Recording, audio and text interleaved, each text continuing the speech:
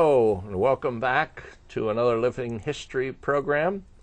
Today we're with Arlene Flicker, a retired Cynwyd Elementary School teacher, and we're talking about the history of the Cynwyd Elementary School, which is 100 years old this year. Arlene, thanks for joining us. It's an honor to be here, right, and to talk about Cynwyd. I lived there for 38 years, my favorite place. We were talking about the addition of the 1920 wing. Right. And I wanted to mention that the community, say from about 1900 or 1895 to about 1920, was really growing. A lot of bigger tracts of land were being split up and streets were being put in. A lot of houses were built. That's why a lot of houses in Ballackinwood are around 1905, 1910, 1917. Probably the house that you live in was probably... Yeah, well, my house is 1901, but it was one of the earlier ones, but yeah. All right. Mine was the next to last, and I was 1926. Oh, all right. So you can see that our whole street was developed during that time period. Exactly. So this picture is taken in the 1920 edition. Right. And what is this room? My old room was in the 1920 edition too, and my room was right across from this. This is, as you can tell by these lovely wood floors, the gym, and on the other end of it, on the other side of these windows, on the other end of the windows was the auditorium with this stage. It was a stage.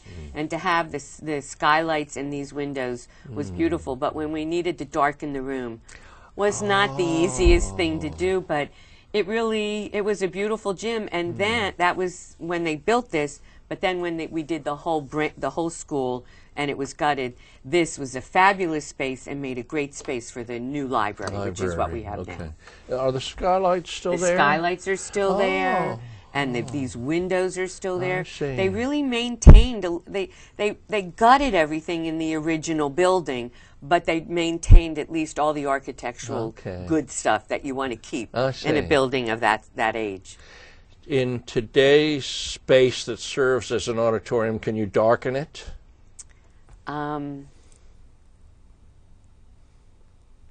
Probably not. Trying to think. I guess we do. I'm trying to think. Yeah, it's probably a lot easier. Okay. Is that in the 2000 wing, 1999 wing? The new auditorium? The new auditorium is also a gym and an auditorium on the bottom floor of the whole. They took out totally the other side, the wing that was newer, which we haven't talked about yet. Right. That had to be gutted. That had to be torn down. But what about the garage? The garage, that's all new. That's all the new part of the... Well, where's the gym in relationship to the garage? The gym is one floor up from the garage. So the gym for us, for the school right now, is in the basement. It's in the bottom floor. You don't call it the basement. We don't call it the basement anymore. Right. It's the bottom floor. Okay. Now, these are more modern pictures. Yes.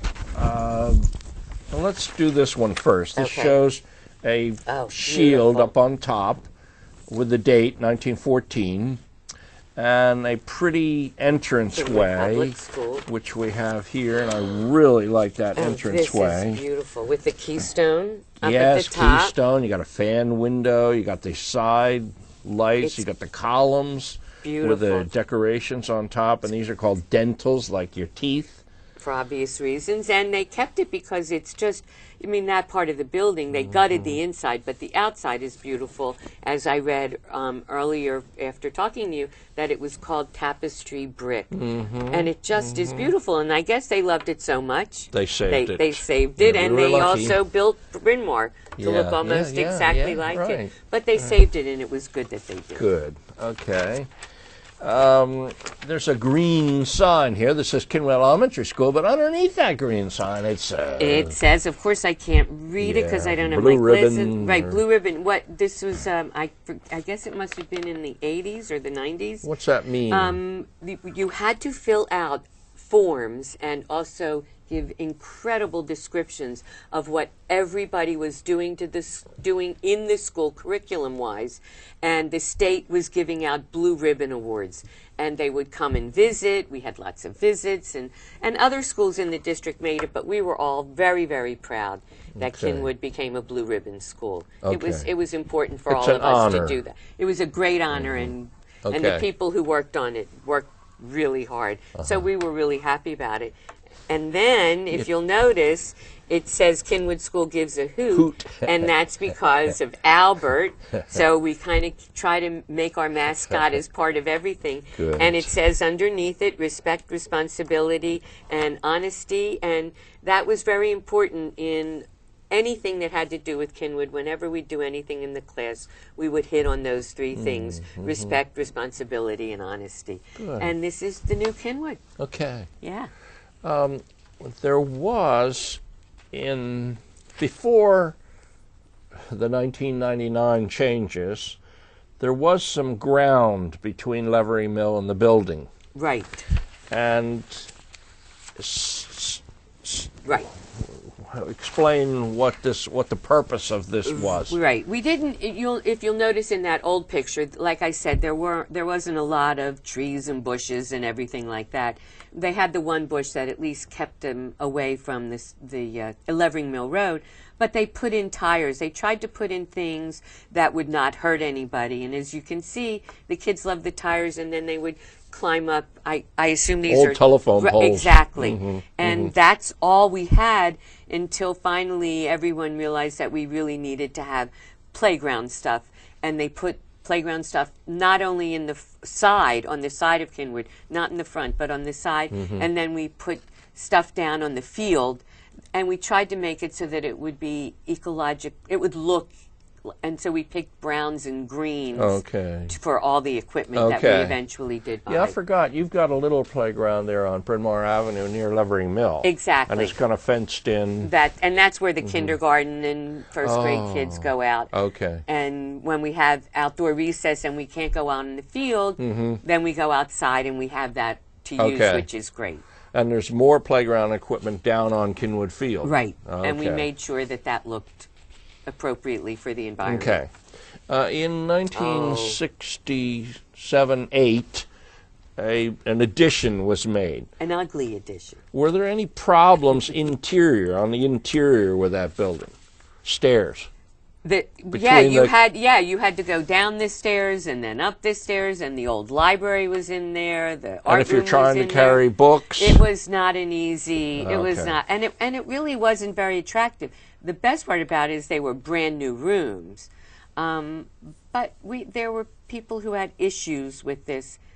I'm assuming you'd rather I probably not talk about that? Not too much, but it lasted. But it lasted 30 years. But when 1999 or probably before, when they decided to really renovate Cynwyd, that just had to be knocked down. It really wasn't even worth keeping, and it didn't look like any of the rest of the building.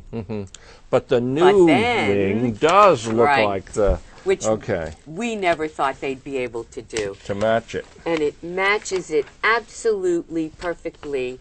And in order to put the two of them together, they built this atrium.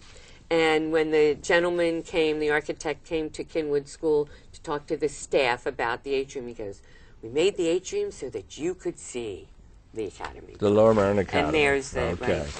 And this shows the old building and the new building, and it looks they continued amazing. that band of white building material, and they even put in some of the decorations that were in the corner there. It's just amazing, and my room moved to the new building, which was cool. Okay, out back, we have 3 minutes left here. We got to watch our time. All right. Out back in the old days, there used to be a lot of concrete bleachers there, and Ballackinwood town used to celebrate their July 4th service there, and practically a lot of people in town came and watched the kids racing, and they drive the fire engines on there and squirt water. Well, when the new building was put in, the underground garage is in here. Right. And so they decreased. And this is the gym and the auditorium. Okay. And they decreased And the amount of concrete. Well, we used to have things at Cynwyd every year because we had those long bleachers where all the schools would come and compete. Oh, and then, the Olympics. Yes, the Olympics were always held at Cynwyd because of our bleachers. And then when we got rid of some of the bleachers, they moved it over to Lower Merion High School's field. So that's something that changed. But when we got that parking lot, the only parking garage in the school district, we were in heaven. Okay. But it only did half. About how much? I was going to ask you. It's only half of the staff. So we divide the staff in half. Some people get the first half of the year. Some people get the second half. So we try to make it fair. So for audiences, what we're talking about, Cynwyd School is the only school that I'm aware of. Absolutely. That has an underground parking garage that half of the staff can park Well, in. because we were the only school probably that had no parking lot. We had no parking lot. We had to park on the streets, and I've gotten lots of tickets, but yes, we parked on the street. We do have a couple of minutes left, so let's talk about what else was happening in the world in 1914. The famous Model T Ford, Henry Ford's Model T, was begun in 1908. Right. And this is 6 years later, 1914. So the Model T was popular at that time. And also, what else was happening in the world? Was suffragette. The women were, child labor was, especially because of the mills, and also the women got the right to vote in 2 states, which was really good. And we were restricting immigration. Sounds a little familiar, doesn't it? It does. We never solved that one. What goes around comes around. Who was president? And President Woodrow Wilson. And he had a Lower Merion connection because he taught at Bryn Mawr College for some years, a few years. That's amazing. We were worried about the beginning. Yeah, and he tried to handle it, and it didn't go very well. Of World War I. Right.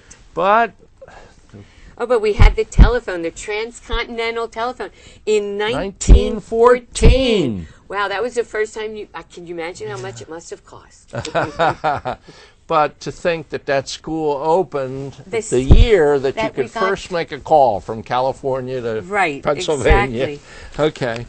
I think that's about it. So what we have done is we have shared pictures of the Lower Merion Academy and the Cynwyd Elementary School. We started with the 1914 building. We had an addition in 1920. And 1914, another school, Bryn Mawr, was being built, and they didn't build all that at one time either. So there must have been financial problems. And then in 1967, there was a wing, and that lasted for 30 years and was torn down around 99. And then the final wing was beautiful built. Now. And I put in as my last picture that we can see the Cynwyd School here, but we can also see the Academy building. 12 Academy. So these two schools are joined together. Lots of activities, and if you get a chance, you should look forward to coming to some of the activities. I know I'll be there. Thank you.